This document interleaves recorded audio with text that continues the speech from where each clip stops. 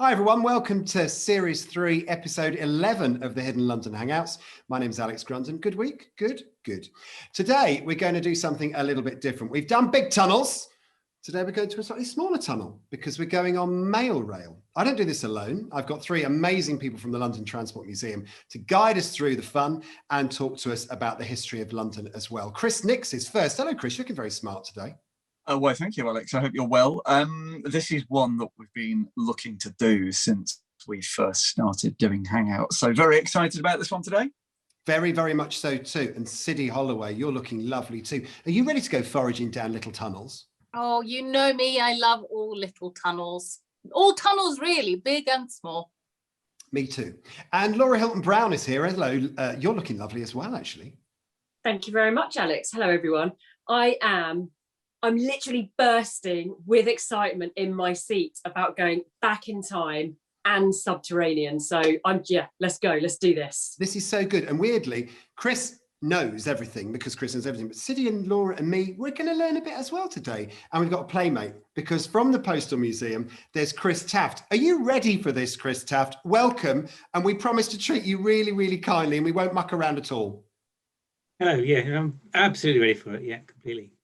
This is going to be lots and lots of fun. So welcome, Chris, and let's get on with this. So did you know that the Royal Mail had its own tube railway? Today, we're going to find out all about it. And Chris Nix, do me a favour, take us back to the origins of this, because the story is fascinating, isn't it? It is, yes. And I'm going to do something slightly odd, given that we're talking about rail and tunnels, because I'm going to use this image, which shows a bus. Now, stick with me, all will become clear. 1829, first horse bus arrives in London. It's a very good idea. In fact, it's such a good idea that later that year, the post office gets 4 of its own and runs those as mail vans. And early buses, of course, were travelling around great distances in and around London, and they were rather convenient for being able to deliver post as well. So there's all sorts of variants of horse-drawn buses and mail coaches springing up, transporting post around London.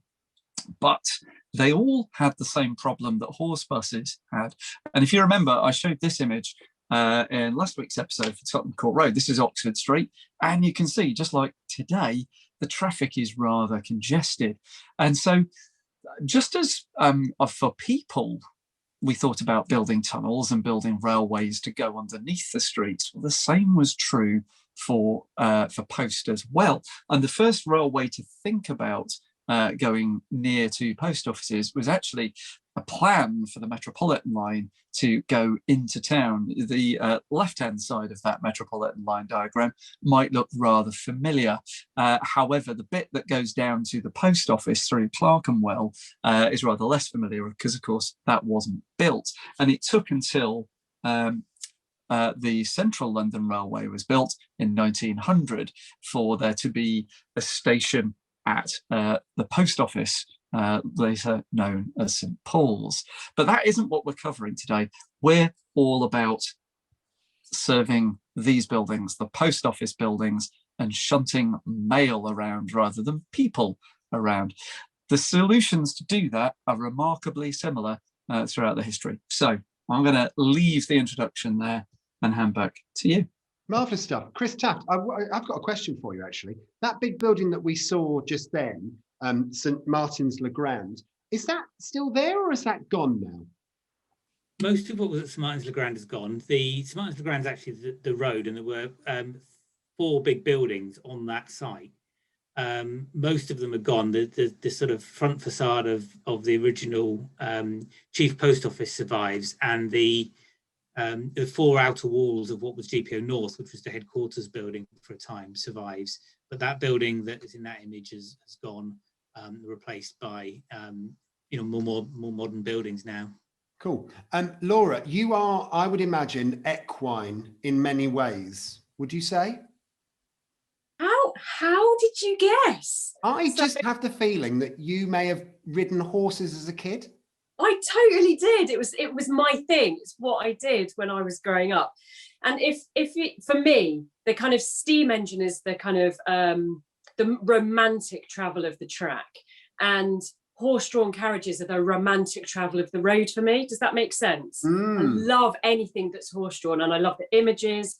And I think I even said this last week about Tottenham Court Road, that those kind of images just make me want to climb in and kind of get aboard that vehicle and just kind of trot down the road. I mean, that's a bit romantic. It was probably very dusty and smoggy and noisy and smelly. But yeah, very much so. Well done, you. Good work. Good. And Siddy, have you straddled horses? I have ridden horses in the past, yes. I really love horses. Of course, Iceland has got its own sort of, we've got our Icelandic ponies in Iceland. So I used to ride those when I was a kid. But I think Laura definitely has more experience in horse riding than I do. Iceland's also got frozen sausage rolls. I saw them in there on Sunday. Now, we were talking, interestingly, so far, we've done horses a bit, but Chris Taft from the museum, I just wanted to talk to you about the first sort of horse-drawn, they look like fridges run by horses, didn't they? I mean, the first lot, we can have a look at a picture now. Yeah, so these were horse-drawn vans, four-wheeled vans that were used, as part of the sort of development of transport of the post. I mean, obviously the post was a huge user of transportation generally, originally, either on foot or with post boys riding horses, delivering mail.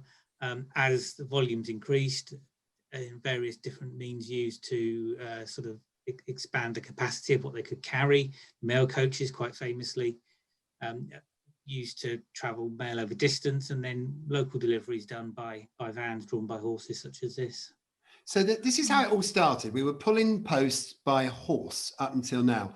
And then someone came up with the bright idea of creating the Cresta Run underneath London, didn't they? This is seemingly, when you look at these pictures, I mean, basically fire these little trains into tunnels. This is all going to be fabulous. So what are we looking at here? So this is a trial for the pneumatic rail systems. This was an above ground demonstration, really, that a private company set up, the London Pneumatic Dispatch Company, that developed this as a sort of an enterprise which they tried to sell to a number of different businesses, but also to the post office as obviously a government department at that time.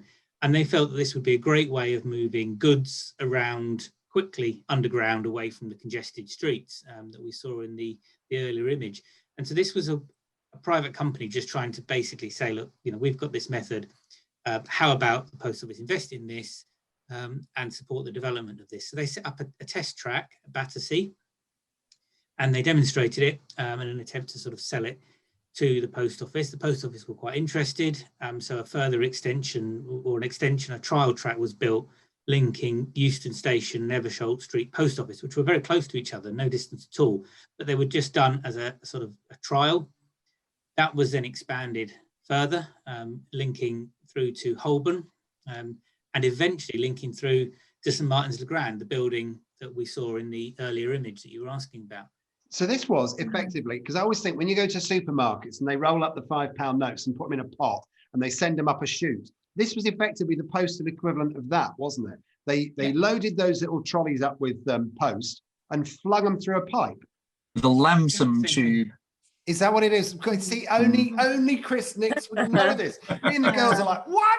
It's incredible. So, Siddy, go on. I was going to say, Sids, if you take the front of that carriage, I'll take the back and we'll send Laura through first. How's that? Is that all right? Laura the Explorer can go first. It totally reminds me of like a ride in Legoland or something. It sort of looks like, I don't know, it kind of a roller coaster you might get on in Legoland. But I think it's an amazing image, because this is Victorian times, right? So 1860s or so. Yeah, 1861. Yeah, you can tell by the top hat and just the sort of the clothes that they're wearing. It's awesome. I don't really know if you would felt very comfortable in a pneumatic tube being launched at whatever speed. How fast would these go, do you think, Chris? Would they go hugely fast? They perhaps reach speeds of 20 miles an hour, something like that. It depended, I think, on the environment they were passing through. They weren't hugely. I sense if Siddy was driving, they'd go a lot faster. And here it is. Look at it. So you basically just send. I noticed, by the way, from these hats, there is a pattern forming here. It seems the wider the brim on the hat, the more management you are. So by that token, Chris Nix would have a hat that's like the brim is off the picture. Or something like that. I'm loving the facial hair work as well. Fine moustaches on show there. Lamb chops. It's here you can see them actually carrying mail as they're intended to, whereas the previous shot has got people in it. And if you think about it, it's not that dissimilar to the Hyperloop that's being worked on at the moment. What's that? Tell us more. The Hyperloop in LA, isn't it? The one that's being made by Elon Musk's company. So it's like super deep underground and uses sort of compressed air almost and a vacuum to evacuated tube, basically, so that you're not fighting air resistance when you're sending vehicles down it. And interestingly, this when it opened, just missed out on taking the record for being the first passenger carrying railway in the world. It just beat the Metropolitan. It just missed out on beating the Metropolitan line. If they'd have put some people in the actual one below ground a few weeks earlier, then they would have got there ahead of the Metropolitan line. I'm so sorry, Chris Taft, but we won that one. Sorry, really, really sorry, but we won that one. Because the thing is, so far with this story, we've done all the nice stuff. You know, it's all very interesting, fun about these pneumatic railways. But you know, the thing you're all waiting for is a train on a track in a tunnel, because this is London. And we are delighted to show you what happened next, because Mail Rail is utterly fascinating. I've been on it. Siddy's been on it. Chris has been on it. I think Mr. Taft's probably been on it once or twice. Laura, have you been on Mail Rail? Do you know what? I haven't. And it's... I have no excuse for it. I can't even come up there. All my excuses would be lame, because anything that's described as secret, subterranean, unique, and unmissable is right up my street. I mean, it's what we do. It's what I do for a job. So I don't know why I've not been on it. And I'm very excited to go on it once it all opens up again. And I was watching the clip that is on the Postal Museum website. And it describes London as the beating heart of the British postal system. And LTM often describes London transport as the lifeblood of the city. And for me, that's just such an amazing kind of partnership or combination. One is the beating heart and one is the lifeblood, because effectively transport and the postal kind of system, it's connecting people. It's about, you know, all the different stories that exist about communication and keeping people in touch. Really kind of at the heart of it, you know, I know there's social media and a lot of connectivity on those kind of platforms, but I'm a little bit of an old school girl at heart. I love a card, I love a letter, love sending things through the post, love receiving things through the post. So for me, like the fact that we're meeting up today and we're doing this episode is just really lovely. It's about connection. It's about the beating heart. It's about lifeblood. I'm just fascinated by it as well. So to cut a very long story short, I'd love to go on it. Right. Well, the other good thing about the museum is you get to dress up in dirty brown overalls as well. And you can wear this really lovely red ostentatious coat that perhaps only would have ever worn in Soho. So it will all look lovely when you're at the Postal Museum. It's fantastic. A little bit of dressing up. Sid, what do you reckon? Oh, I love dressing up, as you know. It's one of my favourite pastimes. Good work. Well, without further ado, let's see what it's like to get on the train.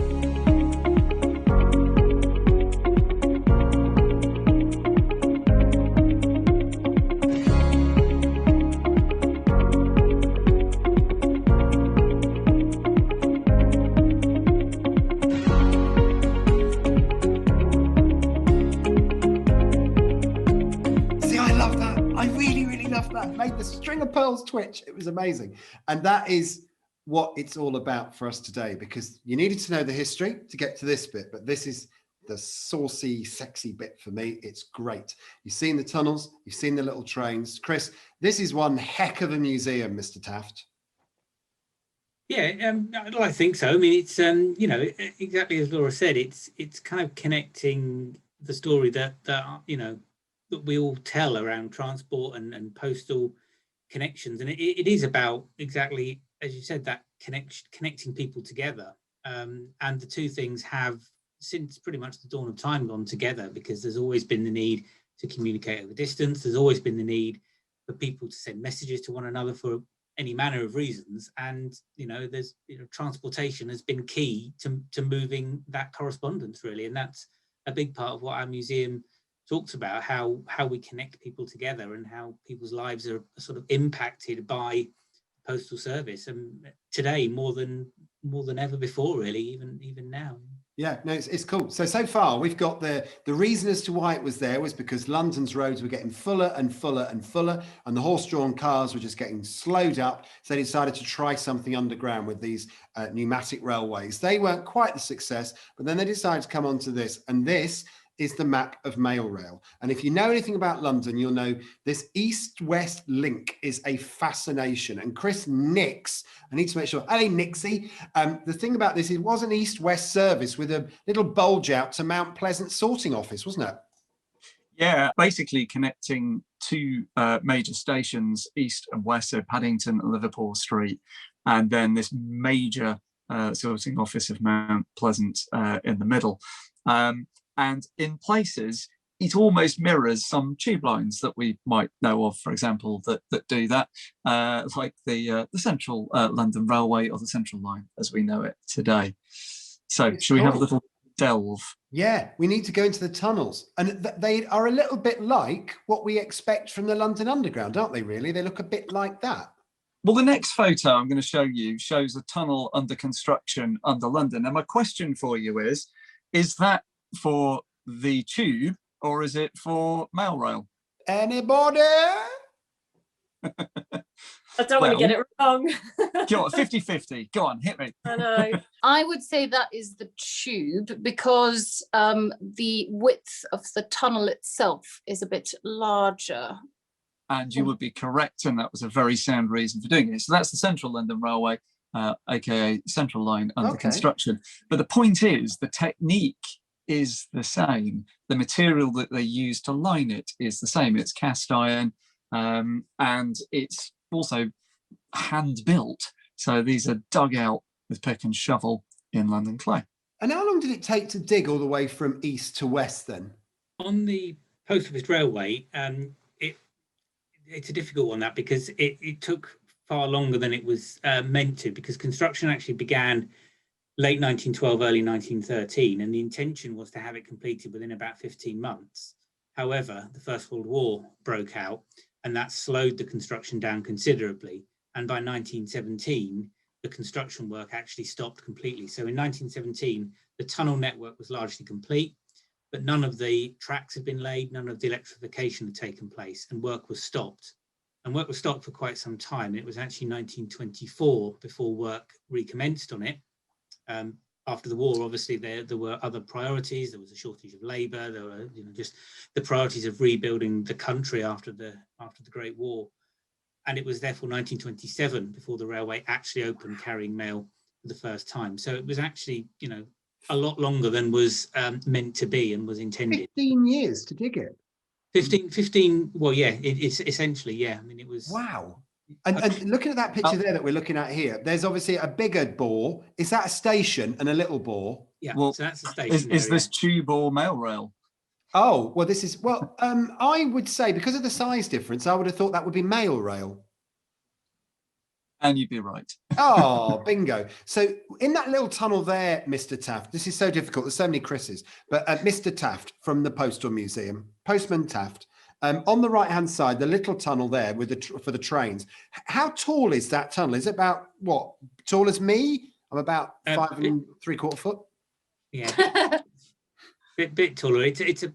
There were different diameter tunnel sections. So the smallest section was 7 foot diameter, which is probably what that one is. It's about as tall as City. Running tunnel was 9 foot in diameter. There were then various Laura that stepped up into the station areas, which were 30 foot in diameter. And that'd be Chris Nix's intelligence. Yep. So we're okay. We're all right. If only that were true, but bless you. Good. Okay, what else do we got? This is fascinating. So this is literally tunnel and station. And what are they doing there? They're putting the tracks down.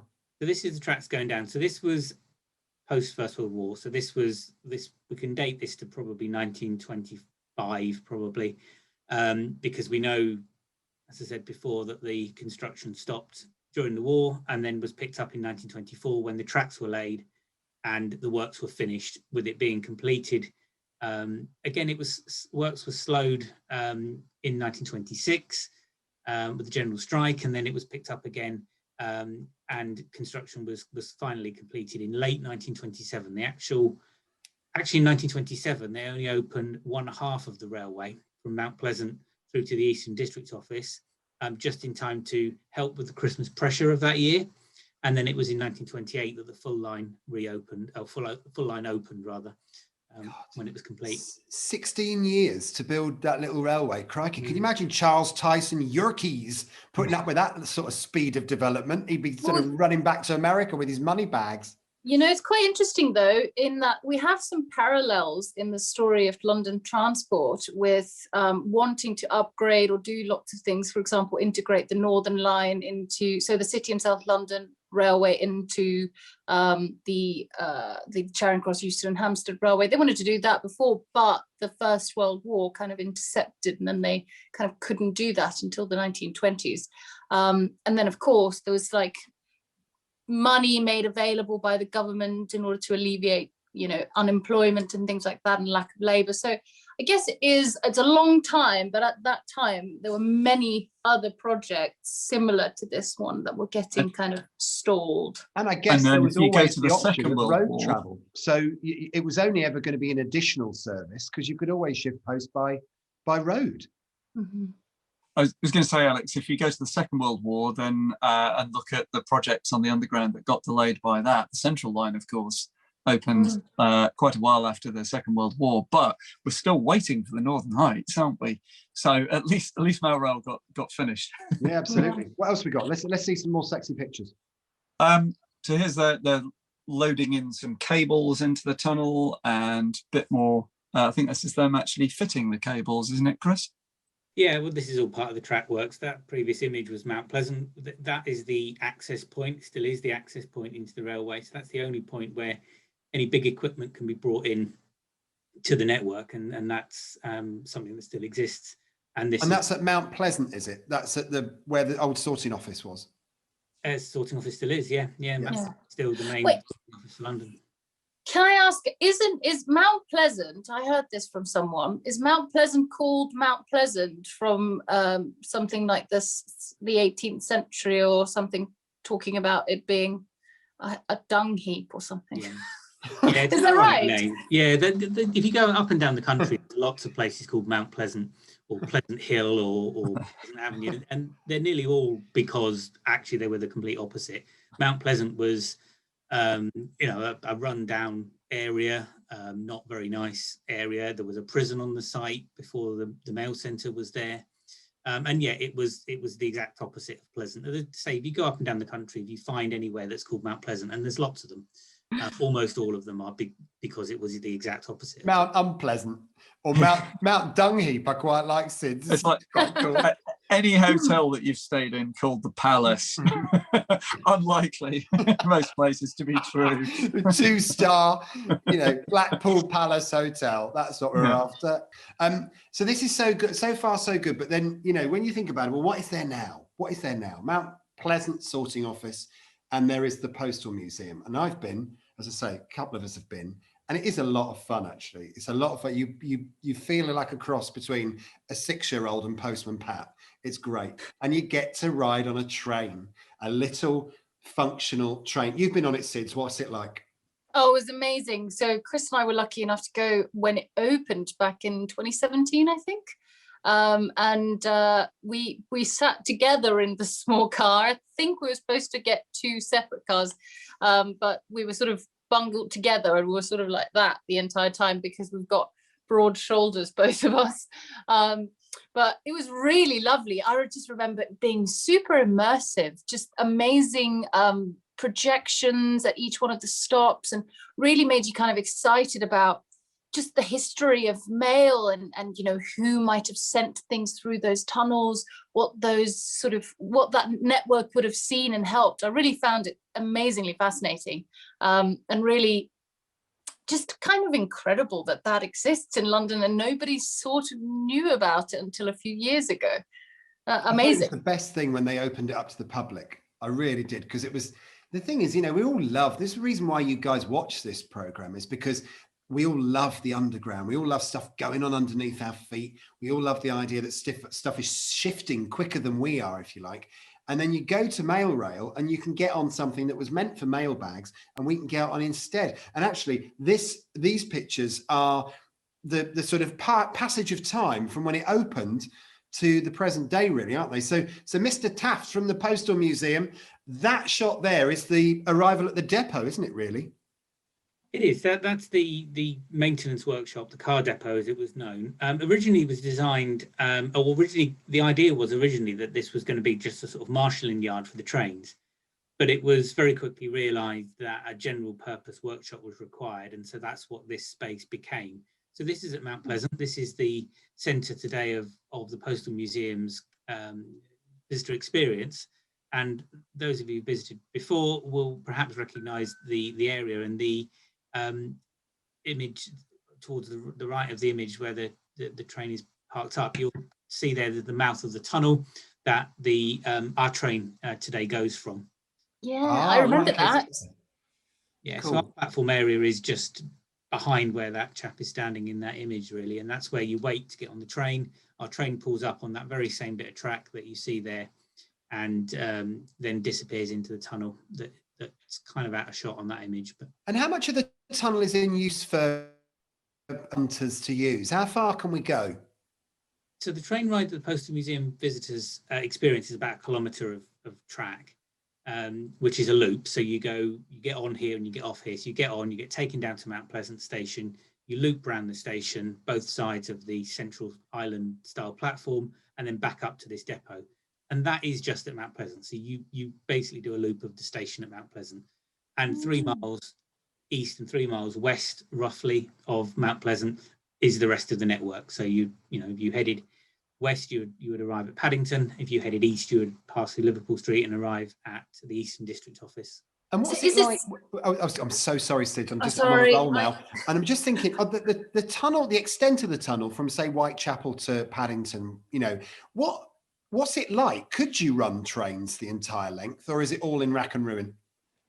It's still there. The tunnel is still there. You can certainly, in theory, you could run trains from one end to the other.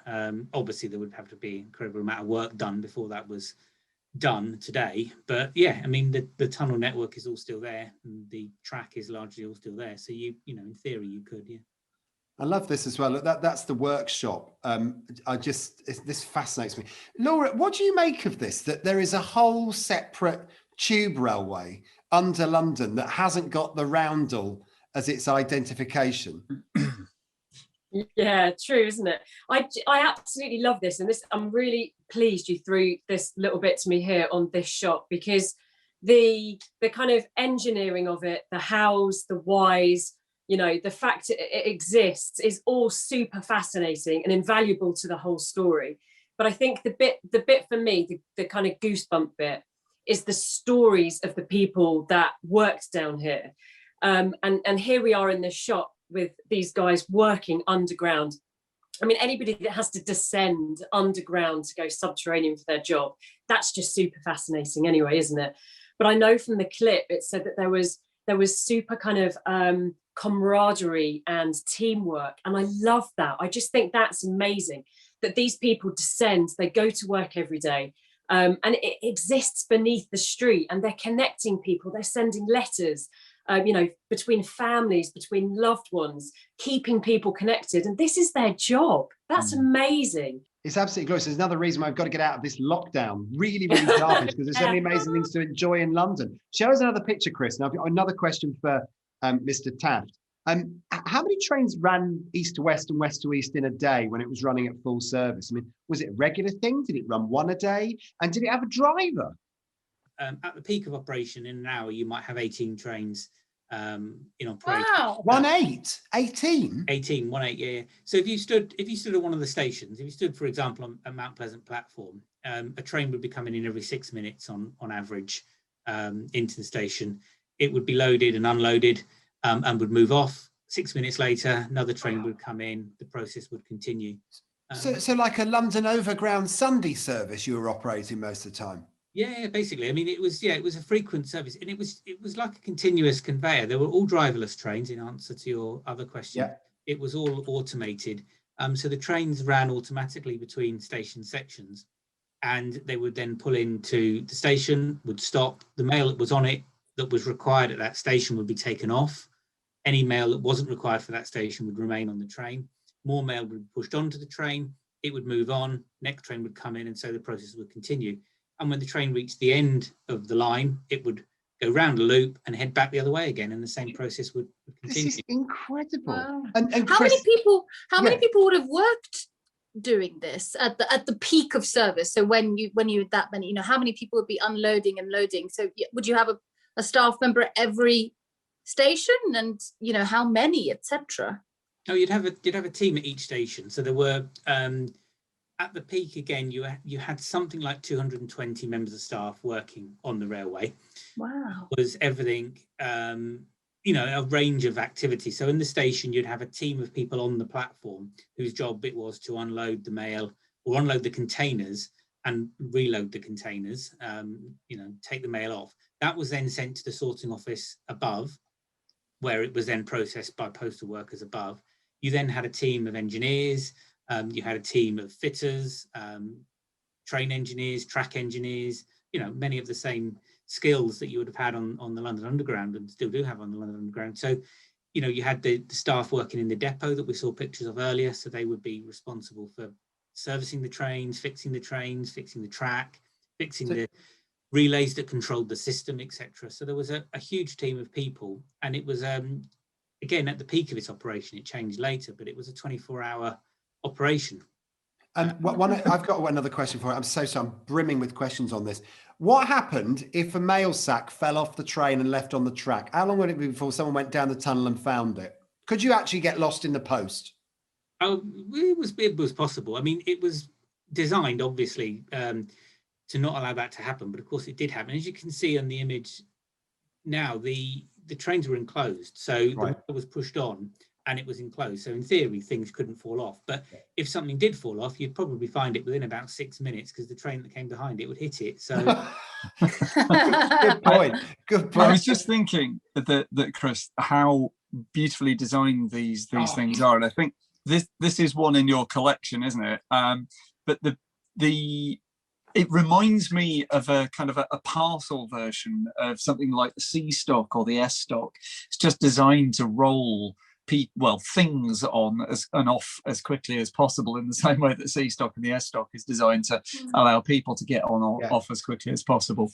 But I was going to ask you, Chris Nix, one of you's got to change your name if we're going to do this again, all right? But you're the technical, mechanical master of all the things that we talk about, Mr. Nix. It's an impressive design, actually, this, isn't it? Bearing in mind, there was no driver. It was all done automatically. And trains used to come in with bags of mail and whoosh, off they went again somewhere else. I mean, it's so efficient. And I'm just looking at this. I've not worked at the Postal Museum. I hadn't really seen this photo before this, but just looking at that design there, you've got the large trolley in the middle, which is presumably for bigger, bulkier items, and then the two trays, making really efficient use of the fact that you've got the wheels at each end of the car. So it's just really efficient use of space. In this image, which is what we call the 1930s stock of trains. So they have stock trains on your line, or they did? Stock trains, something 1930 stock. Yeah. That's like you would on the tube. The term we use for it, which is taken from the term you use. Yeah. And that thing on the wall there, is that the departure board? Effectively, yes. Yeah. Oh my God, that's good. So what does it say up there? With better eyes than me, does that say Liverpool Street? There's Liverpool Street and stop. Oh yes. So when's that one departing? Is it like the Northern Line? It doesn't say. That one is departing to Liverpool Street and EDO, it says there, Eastern District Office, which is the end of the line. So there was an eastbound and a westbound platform, exactly like on the London Underground today, essentially. It's a island style platform.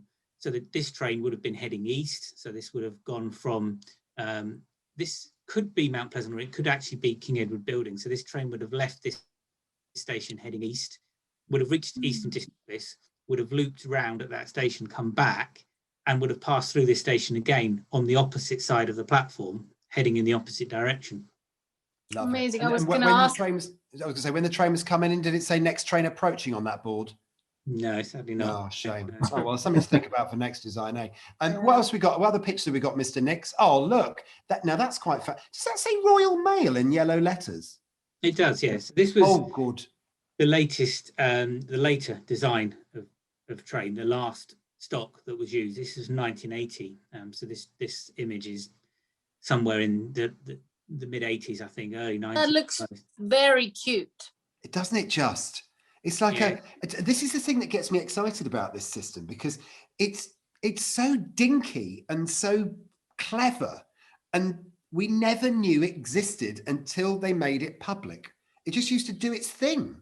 And then, you know, we've now opened it, or you guys have opened a museum now, and we can all go and see it and dress up and enjoy it. It's fabulous. And that station, I mean, look, everything is so fancy. And even the signal box, I presume that's what it was that we just saw. It's so intricate. It's like the real world. It's like the real world, but petite. It's like the a la carte kitchen of amazing railways. It's like going back to your childhood and playing with dolls and washing machines made out of plastic. Look at that.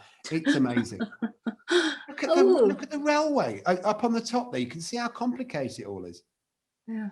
You tell us about this one, Chris. Yeah, so each station had what was called the cabin, the control cabin. So because it didn't have a driver, the trains, they had an operator. Each station had its own cabin, and each station controlled the section of track in that station area and immediately outside the station area, and they then ran automatically between stations. So it was the job of the controller in this cabin to determine where along the platform the train would stop. And at Mount Pleasant, trains could stop at 3 different places along the length of the platform at Mount Pleasant. Other stations was fewer places. And that is very, very familiar from when I came to see you. I'm assuming that is still there, and that's where we board these little cabooses that you've set up. Yeah, exactly. So this is the car depot, the maintenance workshop that we saw in an image earlier on, black and white image. So this is the car depot as we inherited it as the Postal Museum. This was taken in probably 2012, 2013, maybe slightly later, somewhere around there. This was when we first took over the site as we were doing our initial investigative work, working out, you know, whether we could afford to build it, whether we could make it work. And we were taking people around at this time, sort of, you know, doing all this investigative work. Can I ask, so when did it close? So it closed in 2003. It stopped operating. It had been gradually decreased in terms of its operation for a number of years, really, leading up to that. But yeah, 2003, it stopped operating completely. And it sat abandoned largely for then. It was maintained and it was looked after by a small team of engineers from Royal Mail for a number of years. And in sort of 2012, really, we came on site, still under control of Royal Mail at that time. But we began, you know, our work to develop the museum. Can I ask another last question? Sorry, I'm as bad as you, Alex. We're terrible, aren't we? Talk about nosy. No, such nosy people. parkers.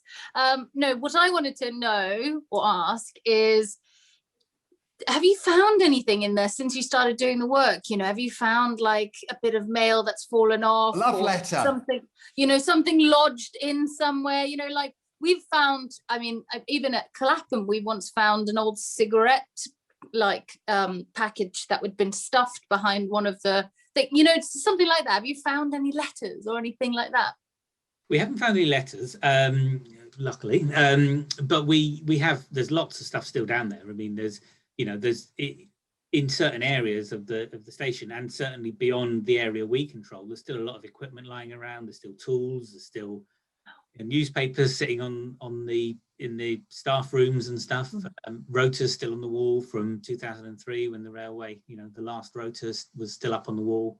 It was very much sort of time capsule like when we inherited it. And I say much of that is still down there. There's still, you know, things, people's personal effects. There were lockers within the car depot. We have got some lockers that were staff lockers that were there when we arrived, and we sort of captured those as they were. We recorded them as a sort of, as a proper sort of archaeological kind of find. We captured them as they were, recorded what we found. We actually then had to remove the lockers temporarily to do the fit out work, but we put them back, reconstructing them as more or less as we found them, with shower gel still in the lockers and sandwiches and mouldy old cheese sandwiches in there. Lynx Africa 2003. Yeah. And dupe. Everyone had dupe, didn't they, in 2003? That stench of dupe. So we need to have a look at the museum. This is the most important bit, okay? Let's go to Mount Pleasant, a little trip to Mount Pleasant, get you out of your lounges and see what it looks like now. Oh, it says it loves us. That's nice. That's so sweet, isn't it? I've walked through there. That was all very, so that's Mount Dung Heap, isn't it? Yep, absolutely. So that's Phoenix Place. This is the road that the museum is on. So our site is split across two sides of the road. So this is the main museum building. This is also our kind of offices are in here, and all our sort of other facilities. And then on the opposite side of the road is the entrance into Mailrail and the tunnel network. And this is the access shaft that still survives today, that things are brought into. This is the very, very same access shaft that you saw the cable drums being lowered down earlier on. Yeah, and this is a bit like the Waterloo and City line, the way they put trains down there, isn't it? Because it's like a crane that lowers everything into the Waterloo and City line. Is that right? So I believe that's right. Yeah, that's more one for you, but yeah, I believe so. Yeah. Cool. Right. Yeah, a terrifying moment watching a train being lowered into the it's round about that point where you start to think, I do hope those strops have been tested. But that's nice. And that's what we can go in. That's as it is now. I remember those sort of clear plastic roofs that allow you to have a proper, as you were saying, Sids, it's the vantage point, isn't it? You can look right the way round. Yeah, I think so. Did you guys get those built basically specifically for the before you opened the museum, because they were so kind of compact and well sort of designed, I thought, when we sat in them? Yeah, they were built. The big challenge we faced, as as we talked about at the beginning, is that this wasn't built to carry people. This was built to carry post. Therefore, the tunnels were much smaller than underground tunnels, and at places the trains came very, very close to the tunnel wall. So we had to design a train that fitted through the existing tunnel. We couldn't make the tunnels any bigger without a huge engineering project. So we had to work with what we'd got. And while in certain sections, the trains have got plenty of space, and in this section, it's reasonably spacious. But you'll see in that image how close the train is even there to the tunnel wall. So are they part of the battery charm operated? Of the ride, though. Yeah, it is. I was going to say, so are the locos battery operated, therefore? Yeah, they're battery operated. So originally they were because they were driverless, and they were powered by mains from Third Rail. Oh, now then, is that some sort of depot there, Mr. Taft? So this is a siding, essentially. We actually call it the train graveyard. This is where originally this was designed as a siding simply to store trains temporarily. But over time, it became the place where trains that had been taken out of use for one reason or another were pushed and largely forgotten about. Oh. As you can see in some of these images, bits of the train has been removed. And so what happened is trains that were broken down and beyond economical repair were pushed into these sidings. Bits were taken off them, cannibalizing them to repair other trains over the course of history. And so now there's a whole series of abandoned trains down there. What else we got, Mr. Nix? Excellent set of calthamite straws hanging down from the ceiling there. Is that stalagmites or stalactites? Oh, look at that. The mites go up and the tights go down, is the way you remember. So that's another little train in another little station. That's quite cute, isn't it? That's the station you actually go through on the tour on the train, isn't it? Yeah, absolutely. So that's Mount Pleasant Station. That's the eastbound platform. Look. She looks happy, didn't she? What's she up to? So this is one of the interactive elements in what was the car depot, which is now our kind of exhibition space in the museum. So after you've been on the train, you've had your ride, you get off the train and you walk through the depot space. There is an example of the 1927 rail car that we saw in an image earlier on. And an example of the 30 and 80 stop trains as well on display, as well as other exhibits telling the story of how the railway worked. And there's some interactive exhibits. So part of what MailRail did was interact with the travelling post offices, the TPOs, where mail was sorted on board a moving train. So inside this interactive, you get inside and you compete. There's a blue and a red section there, and you compete with a friend that you're with to sort the mail as quickly as possible into these pigeonholes, while the floor beneath you moves, replicating the movement of a. It's so cool. Chris, it was so fun. Chris and I competed doing this, I believe. I can't remember which actually won. Well, Laura would win. Laura would definitely win. I actually think Laura would pull a similar face actually as she was doing it. What do you reckon, Laura? I think as well, Alex, I might have the photo of where you were dressing up. I suspect it might have been somewhere around here. Oh, I see that picture. Do you know, I broke into a muck sweat there thinking, what on earth are you going to show next?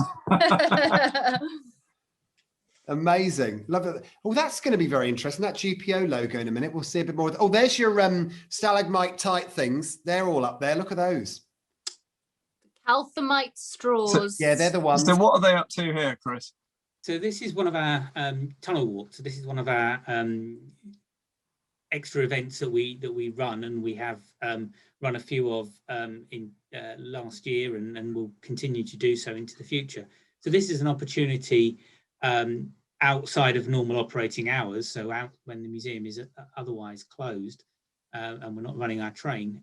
We give people the chance to explore the tunnels on foot. So we take people down into the tunnels, and you walk along sections of the track into the tunnel, and you basically walk the loop that the train ride normally goes around. So about 1 kilometre of track explored on foot, led by a member of our staff who acts as a guide and leads you around the tunnels. And you're taken down to really get a chance to see it for yourselves and explore it for yourselves much more closely. Nice. Can I ask, amazing. This is far more important than anything you're about to say, Siddy. Absolutely. Chris Taft, can I ask a favour? When all this ridiculousness is over, can you take the 4 of us in your tunnels for a little walk? I'm sure Siddy's question is really important, but mine's even more important. Can we come on a freebie? Because we want to have a look at that. Well, I think we should go back and do another episode, but with a bit of in-tunnel action. God, yes. Anything for a high vis. Anyway, Sids, over to you, love. I've got a freebie. I was just going to ask Chris Taft, not Chris Nix as much as I was going to ask, have you personally walked all of the tunnels? So have you done the full 10 plus kilometers of tunnels, or have you only sort of gone through parts of it? I've been to all of it. Not all in one go. I mean, I've been associated with the railway for many years, and over time I've visited every single station on the line. I was part of the first thing I did with the railway was to assist with a heritage survey of it when it first closed in 2003, in order to try and understand the heritage significance of the tunnel. So we actually went through each section of the tunnel, surveying what was down there, understanding what rolling stock was down there, what equipment was down there. So we did it over a series of, over several months, actually. We went down and did a different section each time. So yeah, I've been to every station on the line and walked through every tunnel on the. So you really are Royal Mail equivalent of the Postal Museum equivalent of me and City then, in terms of going into all these disused stations. Oh yeah, I've been in, and I find it fascinating. I've always been interested in this kind of thing, even before I was at the museum. But of course, you get more and more interested in it as you explore it more and find out more. So yeah, I've been into pretty much every inch of the place at one time or another. Laura, I had to have a really hard dig in our IMS to find something which I thought you might like that unifies our two systems, and here it is. Ah, look at that! Look. We had that one the other day, didn't we? The logos. Yes, Barnett Friedman, 1938, and they're in the run-up to Christmas, advising people to do their Christmas business early. That is so, and I love the colours. I said at the time it looked like a mock-up advert rather than a post office or a train advert. Yeah, Thank you so much. Beautiful. Rare thing to see those two logos together. Yeah, absolutely. Chris Taft, thank you so much for joining us today. That was lovely, a lovely little trip. And Chris, Mr. Taft, if you could possibly indulge me just for 1 second, because as we know, regular viewers will know, Mr. Nix is a collector of plugs, and I too am a collector of plugs. And I just wanted to say, given that we're at the Post Office Museum, I saw this on eBay, Mr. Nix, and I decided to buy it for you. It is a Post Office. Bless you. 13 That's amp very plug. kind. This is actually on my laptop at the moment, but I bought him an identical one. So that, my lovely, is for you. Just a little treat. Well, assuming Mr. Taft doesn't claim it back, that's lovely. Thank you very much. I know exactly what I'll put that on. I've got a lovely bit of telephone apparatus. But it was all good. Thank you so much. Fascinating stuff. I love a little train. Love a little train. So if you are a fan of this, you may like our amazing fans service, subscriber fan service known as Patreon. And we're doing good business, aren't we, Mr. Nix? This is all going all right. We are. We have a lovely group of followers and who join us each week in the chat room on Discord for extra levels of chat and discussion, help us to shape what we are going to do in future episodes, and get lovely extra content when we finish these each week. We do a little bit more just for our Uber fans. So yes, find us on our museum website and join us on Patreon. We look forward to meeting you there. Good stuff. And also don't forget the joys and delights continue tonight, because as of tonight, Saturday evening, 8 o'clock, we have a live Patreon session, which is going to be very good. And you get the chance to ask us all sorts of questions, not those sorts of questions, we're not answering those, but most others we'll answer. And we'll have a look back at some of the highlights of the last few episodes, including if you're an eagle-eyed Instagram follower of us, you may notice a rather exuberant reaction to a high number of audience from Siddy and me. We may explain exactly what that was really about, okay? Notes, queries and questions, as always, we have the opportunity to answer some of your questions. First of all, Chris Nix and team, we have a number of lovely examples of what people have to say. And this one I particularly like. This was sent in by one of our amazing fans. And this was from David Smith, who says, I found this picture with the caption and the original tiling and sign, but can you imagine anyone carrying such a thing home on the tube now? This is Ron Greenwood from West Ham. I love the look that lady is giving him, proper side eye. What are you smuggling under there? What's he got between his legs? Unbelievable stuff. And look, the lovely tile in there. I reckon, Laura, would we say it's a central line at Tottenham Court Road, looking at the white tiles? Yes, I think it is. Thank you very much. Thank you very much. Other comments to come as well. This was another one. Chris messaged me and said, you know, you've got your various slogans that we use. We've got anybody, and we also have good. Have you ever heard this appear on the shipping forecast? Because it seems that they've picked up on this as well. Gibraltar Point to Northforeland. Variable, mainly northeasterly, 4 or less. Showers at first. Good. Oh my God. Northeasterly 3 to 5. Fair. Good. And it carries on like that. Alex? And I think the shipping forecast has been watching the Hangouts. And I'll believe you when I hear Thomas Schaffenacker saying, anybody? Shaffy actually watches this. Hello, Thomas Schaffenacker. We love you. So many people are saying, get your hair cut. Don't get your hair cut. We love it just as it is. It's amazing. Hello to bus worker Francis, who's a regular of our Hidden London Hangouts, watches them live. It was his birthday on Monday the 15th. So belated birthday greetings to you. What else we got here? Diana Patterson says, I found this roundel on the BBC's Great Indian Railway Journey. Look at that in Lucknow. Wow. What do you reckon? The Thought Police would be after that one, Chris Nix, wouldn't they? Well, I don't know. They'd probably have a job because the proportions are all over the place, aren't they? Just like me after lockdown. Edward Johnston would not approve. I love that font. What does it say? Lucknow. Lucknow. Yeah. Lucknow. Which was also the name of the tandoori restaurant around the corner from where I used to live. There is, of course, a great tradition of sharing of knowledge between the Indian railways and the UK. Did amazing onion barges as well. Roy Cousins, just a random thought, Alex and co, but have you ever considered the lovely Art Deco Barron's Court station for a visit? It has many unusual original features, including fabulous sea green tiling and the unique platform benches just around the corner from Talgarth Road, a fabulous St Paul's Studios built for the Victorian bachelor artists. I love the St. Paul studios. Have you seen them? They've literally got this like beautiful glass window, like ridiculously beautiful buildings. I used to run past there all the time and be like, if I could only buy that, I would be happy. A lot of traffic out the front. Alex, knowing our fans, we could probably do an entire episode on whether Barron's Court should have an apostrophe or not. Too right. Too right. They had me at sea green tiles, so I'm in. Laura's in as well for that one. Gabe Burvanger says, hello, Gabe. This is so cool. Loving the episodes. Hi, Gabe. Another cracking episode, says Long Branch Mike. Loving the progress. Another task done at Tottenham Court Road poster. Loving that. Kim Columbine says, interesting to see the chocolate machines. First time I ever visited London in northern summer of 2000 and the northern summer. A Southern Hemisphere guest. I got addicted to Boost bars brought from the machine at Bayswater Station. Also, do you remember the on the platforms they used to have Nestle machines, and they had the Nestle Crunch? That was very nice. Responsible for quite a lot of obesity when I was growing up.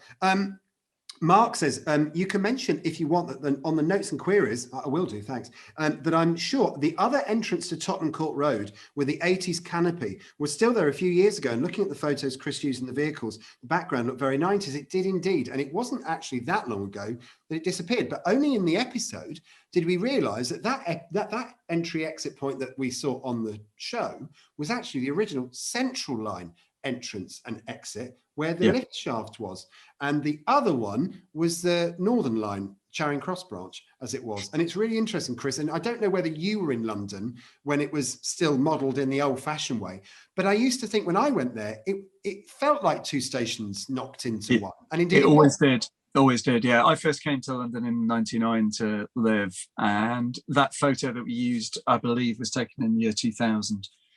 Amazing stuff. Ian Fitzgibbon finally had another couple of ideas for your Hangouts. Apologies if it's already been suggested. Don't apologise, it's fine. We've got time. How about Wood Lane on the Central Line with a moving platform? That was quite cool, wasn't it? Because it had a wibbly platform at one end, didn't it? Yeah, I think somebody asked about that about 6 months ago. Said, could we visit Wood Lane? Well, we could, but we can only visit the modern one because the old one was levelled and moved a little bit further up the road. So yes, it would make a good episode. Nice little story. Also, the Epping and Ongar branch. I'm sure we could do that. There are a lot of people who are involved in that. I'm sure we could pull in a lot of favours from people. If you are involved in the Epping and Ongar branch, drop us a note on Instagram and we'll try and get something sorted. Also heard that the Queen has a special entrance to a station all for herself at Buckingham Palace. Is that true? Let's find out. That I'm aware of. That'd be amazing. Can you imagine? Victoria Line, and then Elizabeth can jump downstairs and get on a train. That would be really cool, wouldn't it? Anyway, if you've got any notes and queries, then get in touch with us in the usual way. And first of all, Chris Taft, thank you so much for joining us from the Postal Museum. We love you, and good luck when it reopens.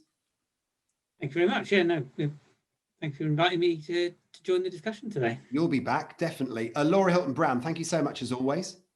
Oh, no, thank you. And thank you, Chris. That was really awesome. Just a lovely exploration and I thoroughly enjoyed it. So thank you for that. Lovely. And City Holloway, thank you so much. Thank you. Thank you for bringing me the mail today. I thought they were... And Chris Nix, as always, thank you very much for being an expert on another railway network.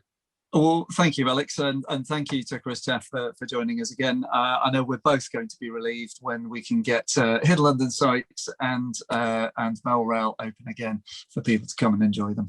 Too blooming right. So if you want to get in touch with the Postal Museum on Instagram, it's the Postal Museum. Give them a follow. If you want to get in touch with us, it's Alex Grunden, City Holloway, Chris Nix, and Hidden London Law, plus of course the LT Museum. And here on YouTube, don't forget to like, subscribe, and comment below with all your questions and anything else you want to say about the episodes. Thanks for joining us today. We're going somewhere really cool next week. Have yourself a great day and stay safe.